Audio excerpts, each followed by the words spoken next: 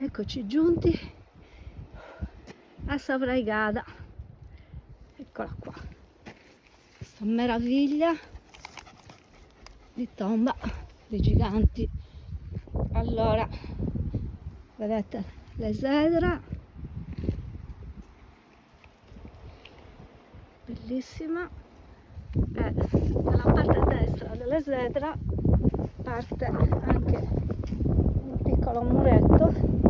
Comunque questo spazio, queste rocce che delimitano uno spazio circolare più o meno, dove probabilmente si facevano dei riti.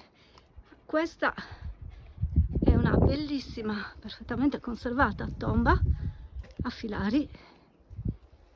Qua abbiamo una cappella proprio abbiamo l'architrave e poi delle rocce dove c'è una cappella.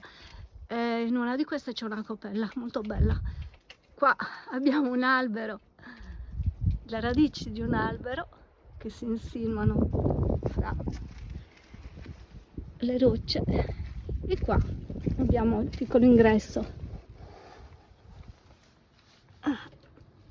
E adesso poi cerco di entrare.